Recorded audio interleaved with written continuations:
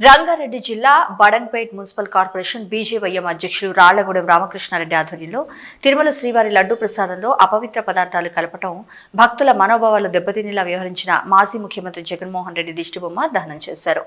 ఆంధ్రప్రదేశ్ ముఖ్యమంత్రిగా ఉండి దాదాపు 300 దేవాలయాలను కూల్చివేసిన హిందూ ద్రోహి జగన్మోహన్ రెడ్డి ఎంతో ఆరాధ్యంగా భావించే పవిత్రమైన లడ్డూను సైతం కల్తీ చేశాడు.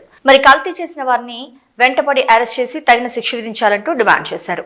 ప్రపంచంలోనే ప్రసిద్ధిగాంచిన కలియుగ దైవం శ్రీ తిరుపతి వెంకటేశ్వర స్వామి వారి ప్రసాద లడ్డూను అపవిత్రం చేసిన వారిని ఎవరిని కూడా కలియుగ దైవమైన శ్రీనివాసుడు వదిలిపెట్టడంటూ మండిపడ్డారు. ఈ కార్యక్రమంలో రాళ్లగూడెం రామకృష్ణారెడ్డి పాల్గొన్నారు.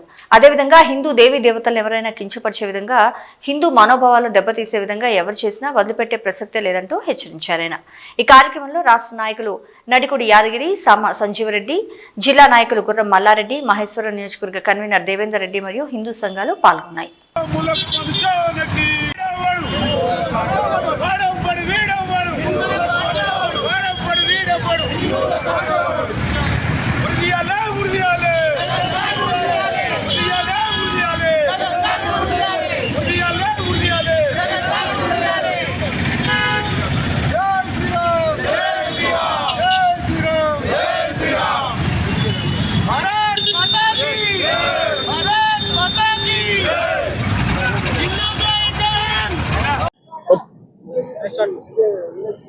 కలియుగ స్వయంభూ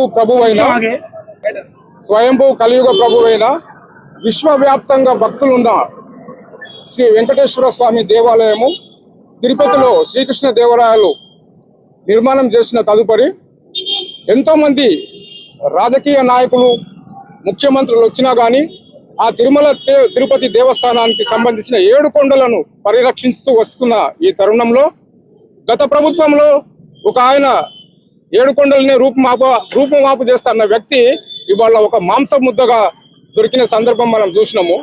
ఇవాళ హైందవేతరుడైన జగన్మోహన్ రెడ్డి ముఖ్యమంత్రిగా 5 సంవత్సరంలో తిరుమల తిరుపతి దేవస్థానాన్ని భ్రష్టు పట్టించి హైందవేతరులను నియామకాలు జరిపి అన్యాక్రాంతమైన నిర్ణయాలు తీసుకొని తిరుపతి దేవస్థానాన్ని 2వ richest temple in the world అనే నానుతి ఉన్న అటువంటి భగవంతుడిని భ్రష్టు పట్టించేసి ఆ దేవాలయంలో నిత్యాన్నదానంగా ఉండే అన్నదానాన్ని కూడా ఇలా నాణ్యత లేకుండా దాన్ని ఈ జగన్మోహన్ రెడ్డి భ్రష్టు పట్టించి ఏవైతే వెంకటేశ్వర స్వామి భాండాగారంలో, కోశాధికారంలో కోట్ల రూపాయలు వస్తున్న ఆ ప్రజాధనాన్ని హైందవేతరుల ధర్మాన్ని విస్మరించి ఇతర ధర్మాలకు వినియోగిస్తూ ఇలా అక్కడ వేరే మతస్థులను నియామకాలు జరిపి వెంకటేశ్వర స్వామిని ఇవాళ నీచాతి నీచంగా లడ్డు, ఒక స్వాదిష్టమైన లడ్డు,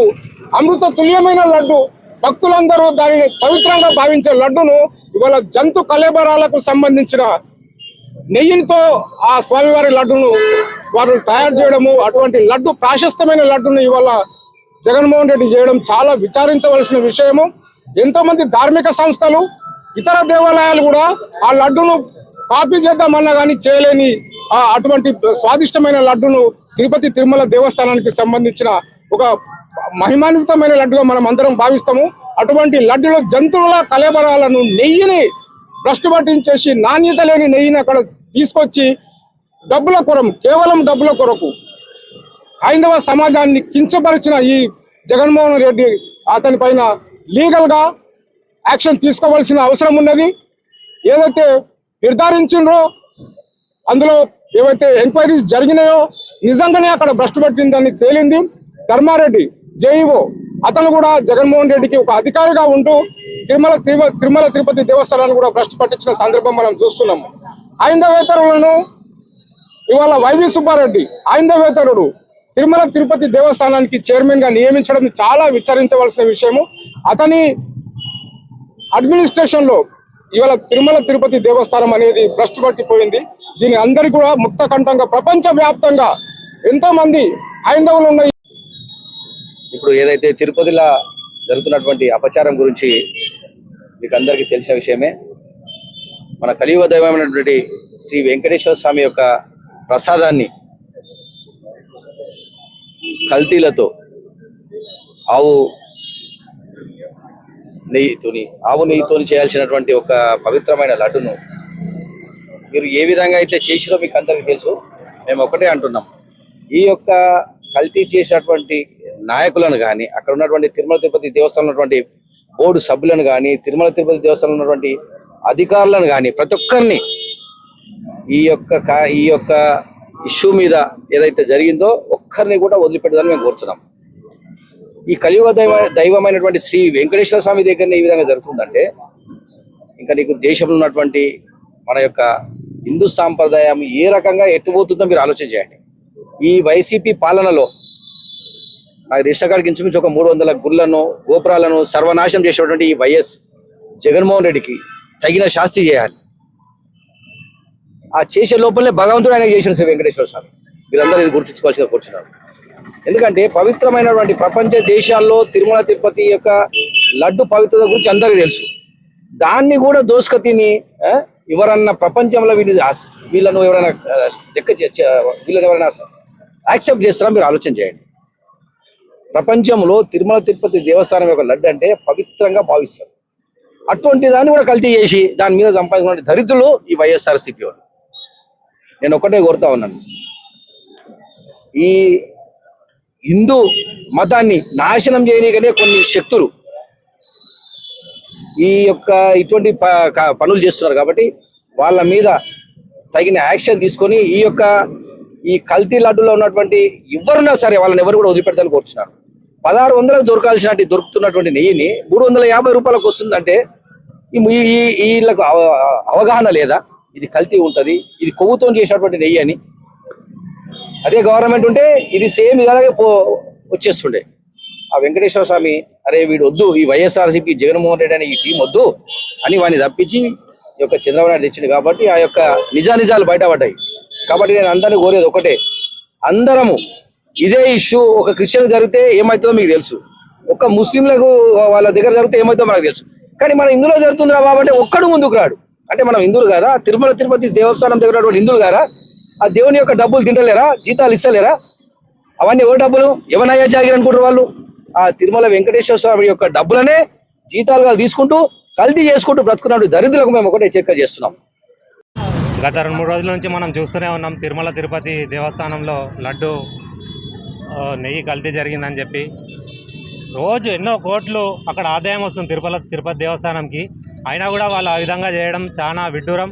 వైఎస్ జగన్మోహన్ రెడ్డిని ఎలా అంటే మనం ఇప్పుడైతే ఏ విధంగా ఆ పాత గ్రామ పంచాయతీ నుంచి ఇక్కడికి దిష్టి బొమ్మను ఈడ్చుకుంటూ వచ్చి ఎలా చేసినామో ఆంధ్రప్రదేశ్లో కూడా జగన్మోహన్ రెడ్డిని ఆ విధంగా ఈడ్చుకొచ్చేసి తన్నాలి. సిగ్గులేని విధవా వాడు. ఇవాళ ఏమంటాడంటే ఇవన్నీ ల్యాబ్ రిపోర్టు ఆధారంగా అన్నీ బయట పెడితే రాజకీయం చేస్తున్నాడు. అక్కడ రాజకీయం కాదు. ఇప్పుడు నేను మరి ఈ అందరి ముందు తెలియజేస్తున్నాను, కల్తీ జరగకుండా ఏం చేద్దామంటే తిరుమల తిరుపతి దేవస్థానంలో 1000 కోట్లు ఫండింగ్ ఇస్తున్నారు కదా, ప్రతి ఒక్కరూ అక్కడ గోదానం చేస్తే దేశీ గోవులు ఎన్నో వేల భూములు అక్కడ ఉన్నాయి తిరుమల దేవస్థానానికి సంబంధించి. ఆ భూములో ఆవులను సాగి అక్కడ అదే ఆవుల నెయ్యితో అక్కడ లడ్డు తయారీకి పంపిణీ చేస్తే చాలా బాగుంటుంది. ప్రైవేట్ ఏజెన్సీలకు ఇవ్వకుండా ప్రతి ఒక్క హిందువు దీన్ని చొరవ తీసుకొని మనవంతుగా గోమాతలను అక్కడ దానం చేసే విధంగా మనం చేయాలి. ఎంతోమంది గోరక్షకులు కూడా ఉన్నారు. ఆ గోరక్షకులతో మాట్లాడి ఇక్కడ వెళ్ళే ఆవులను అవన్నీ పరిరక్షించి మనవంతుగా తిరుమల తిరుపతి దేవస్థానానికి ఇచ్చి అక్కడ ఉండే ఆ దేవాలయ భూముల్లో ఆ ఆవులను అక్కడ పెంచి అదే దేశీయ ఆవు నెయ్యితో అక్కడ ప్రసాదాన్ని తయారు చేసి భక్తులకు అందజేయాలని. అప్పుడు ఎలాంటి కల్తీ ఉండదు. ఇలాంటి ప్రైవేట్ ఏజెన్సీలకు ఇవ్వడం వల్ల వాళ్ళు డబ్బులకు ఆశపడి వ్యాపారంగా ఆలోచిస్తారు తప్ప వాళ్ళకు భక్తి ఏమీ అంటూ ఉండదు. వాళ్ళకి ప్రతిదీ వ్యాపారపరంగానే ఆలోచిస్తారు. అలాంటి సనాతన హిందూ ధర్మరక్షకులు ఎవరైతే ఉన్నారో వాళ్ళందరి అభిప్రాయం తీసుకొని అక్కడ పాలక మండలి అంటున్నారు. పాలక మండలి దేనికండి? తిరుమల తిరుపతి స్థానం దేవునికి పాలన చేయడానికి వీళ్ళు ఎందుకండి? నాకు అర్థం కాదు. వాళ్ళు ఎవరు పాలించడానికి? అక్కడ తిరుపతిలో మనమే ఒక సనాతన ధర్మ ట్రస్ట్ బోర్డుని ఏర్పాటు చేసుకొని దాని మీద ఒక పెద్ద సెంట్రల్ బోర్డు తరఫున ఏర్పాటు చేసి అందరూ దాని మీద చేయాలని చెప్పి మనం చేస్తున్నాం.